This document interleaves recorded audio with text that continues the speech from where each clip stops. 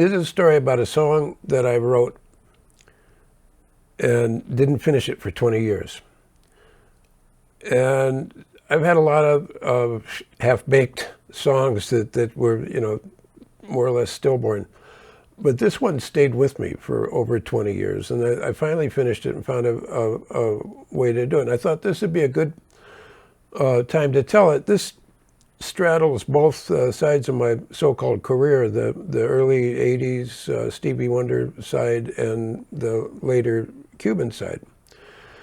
Because it was in Havana that I finally found a solution to finish it. And because I was working with Cuban music, I set it in a Latin jazz setting.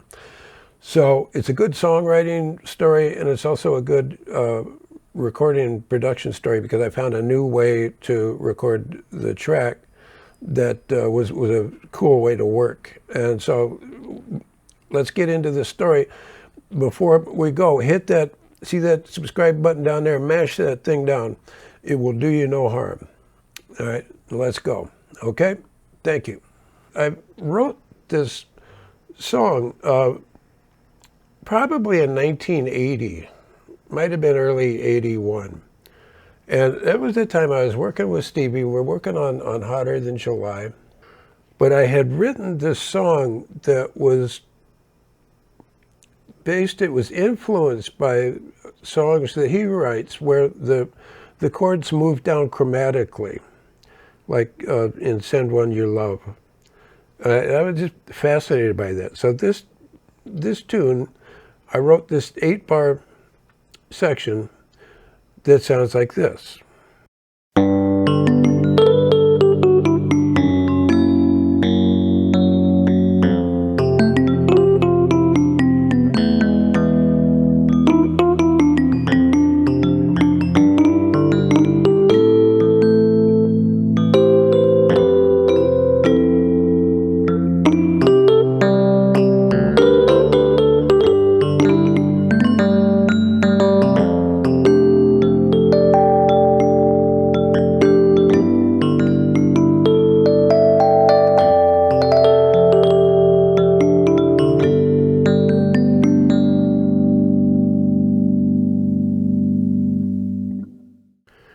And that's all I had. I had that F chord and the G chord going back and forth. I was using that as a bridge with, you know, without a melody, and I recorded a demo with that, but it just didn't go anywhere. But that melody was strong, and it stayed with me.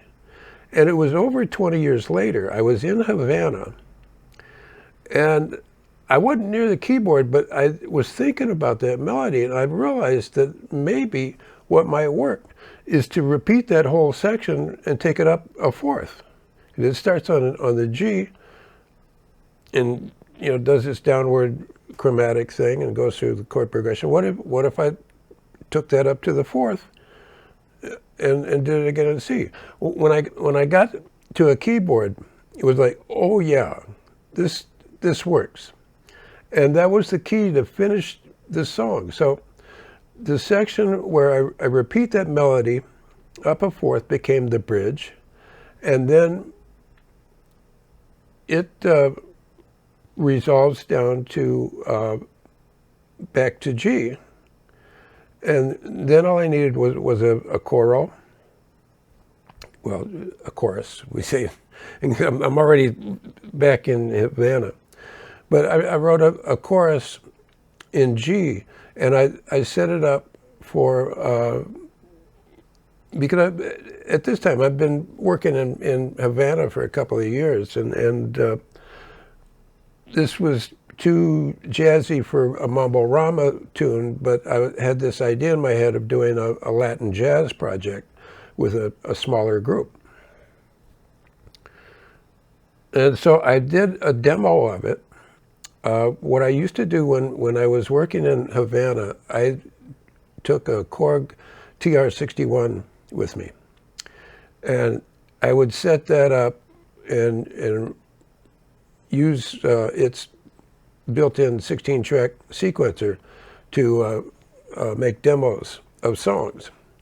And we did a lot of mambo-rama songs that started out on that Korg TR-61, and a lot of times I'd have my part already recorded down, and the other guys would be playing with that. So that's what I wound up doing with this song. I recorded a demo so I've got the intro and the melody, and then it goes up a fourth, that's the bridge, and then it comes down to a chorus part, then there's a piano solo, and then to a second chorus with a second flute solo, and then you're done. What I wound up doing, I didn't get a chance to record it down there, but when I got back to the States, I called up the LA Cubans that I had been working with on the second Mambo-Rama record. Jimmy Branly, Rigoberto Lopez, Coki Garcia. Jimmy Branly is absolutely brilliant musician. He's one of the best musicians I've ever worked with, hands down. He plays bass as well as he plays drums, but he's known as a drummer. He played for a while in Enige La Banda before he left Havana. And he's just awesome. And through him, I met Coki Garcia, who played congas that day. But Coki is a percussion wizard. He can play anything. And the bass player, also from Havana, and recently arrived at that time. This was about 20 years ago that we recorded this thing. Rigoberto Lopez, who had played with Adalberto Alvarez and a bunch of people. Just an absolutely brilliant bass player. So what we did is we took what I was recording with in the Mambo-Rama era is I had bought a self-contained 24-track recorder, a Roland VS2480. It was a 24-track in a box. And that's what I would tote down to Havana and record with. What I did is I took that to LA, somewhere in Van Nuys, rented a room in a rehearsal studio. And we set up in there. And the guys just played to what I had on already recorded. I had a chart for Rigoberto. I don't think I wrote out a chart for Jimmy and Coki. It's so simple they didn't really need one. And I just scribbled out chord changes for Rigoberto. And they listened to it and they got it, and then we nailed it. And the thing that I love about this approach is I'm recording this rhythm section live, but my part is already on tape. So I can relax and just be the engineer and make sure that the levels are right, and we're all wearing headphones and that everything is cool. But the thing that is amazing, because those guys are such good musicians, is the way they listened to the solo that I had already recorded. I recorded that solo in Havana a couple of months prior. And they're listening to it and responding to it in real time. So it wouldn't have made any difference if I had been playing, because those guys are such good musicians. They listen and they react. And so when I got, you'll hear it, when I get quiet, and it seems like the piano solo is coming to an end, but then all of a sudden I get a second wind, but they get quiet. And then when I get the second wind, they come back up, and everything I do, they're responding to. And that's just such a joy, because I can't tell you how many times I've done gigs with musicians that are perfectly competent, but especially rhythm section guys. They'll be playing in the pocket, they're playing their parts properly, but they're daydreaming and they're not listening. And this is one of my pet peeves that drives me nuts. And I finally gave up on using local musicians around here, because none of them would listen. They're playing properly, but they're thinking about what they're going to get for dinner after the gig, you know. So they don't react to anything you do. You're playing jazz. Everybody is it's of the moment. You're improvising, right? But if you got players in the rhythm section that are daydreaming, forget it. It doesn't work. But these guys, top of the notch. These Cuban guys knocked it out of the park, and I'm going to play it for you. Let's listen to it, and I'll keep quiet for the most part, but especially pay attention to Rigoberto. His bass is just incredible, but all of it is really good. And the other part that was overdubbed was flute. And that was played by Rod Kokolj, who played on all the Mambo Rama records. He lived here in Palm Springs and was a great guy. And I'm speaking of him in past tense because sadly he's not with us anymore. He passed away a couple of years ago to cancer. And I miss him because we used to talk for hours and laugh. And he was one of the funniest guys ever. But he was an amazing, amazing sax player. And like all good sax players, he doubled on flute. So I asked him to play flute on this for the chorus, and then he's got 2 solos. He plays the chorus, which is just 8 bars, and then goes off into a solo, then the piano solo, and then he comes in to finish it out. But anyway, I like this tune, and I like the story for 2 reasons. Its point is that you never know when you'll find an answer to finish a song. In this case, it took over 20 years. But because the melody was, that first 8-bar melody was strong enough to stay with me all that time, even though I didn't have any tapes of the original demo anymore. And so I like that as a, you know, example of songwriting that you know, eventually you'll find a way, you know, and that's what it's all about, is finding a way to develop a theme. And then the recording thing, I loved sitting in that room with those guys, and it felt like I was playing with them because they were responding to what was on the tape, and it doesn't sound like it was overdubbed. They were playing live, the 3 of them, but I was on tape.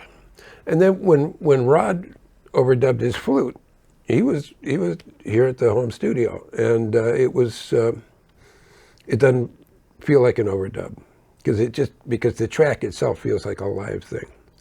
So anyway, having said that, let's listen to it.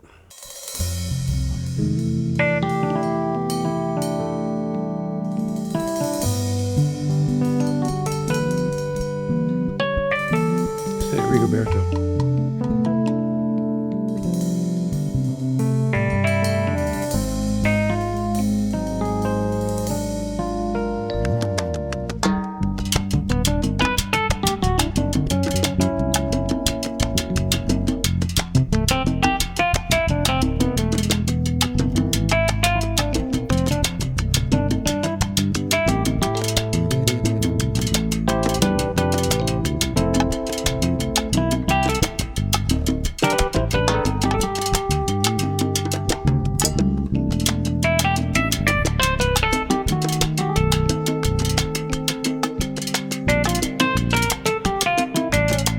The bridge I was telling you about.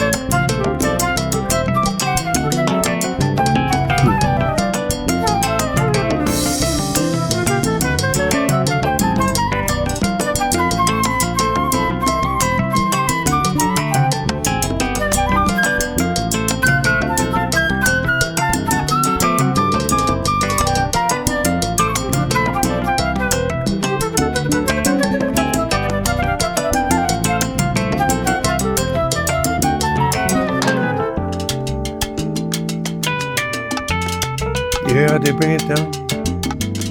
And listen.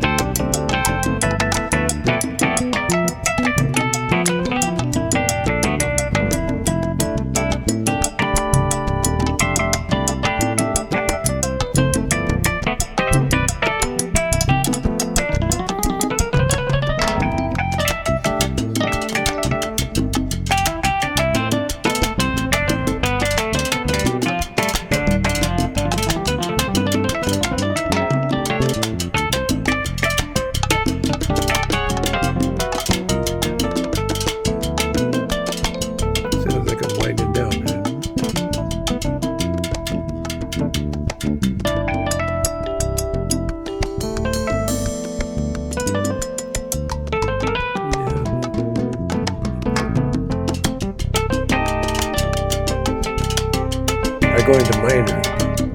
And Rigoberto's right there. He's like, oh yeah, I can do it. Back in the major.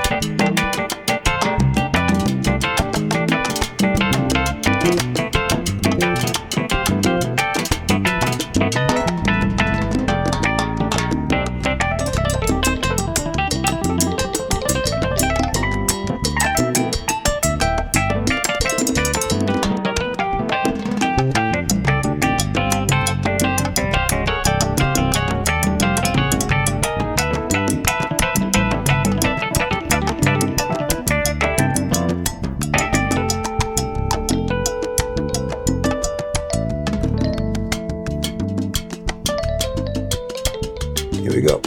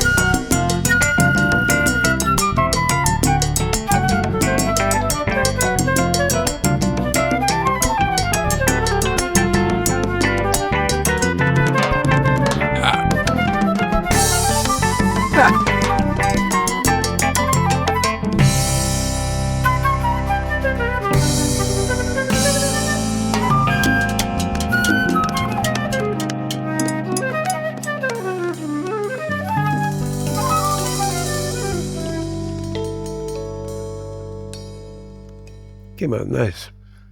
What an extraordinary privilege it was to record with musicians of that caliber. And it's just scratching the tip of the iceberg with the Cuban stuff. I had some experiences there that were unbelievable, some of the best work I've ever done. And there are going to be a lot more videos about the Cuban stuff coming up very shortly. Why not? I mean, it's just long overdue.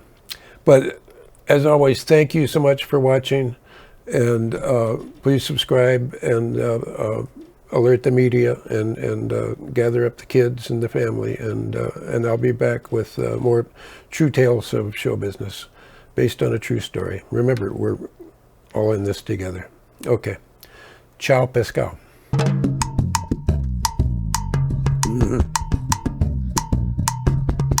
There we go, Berta.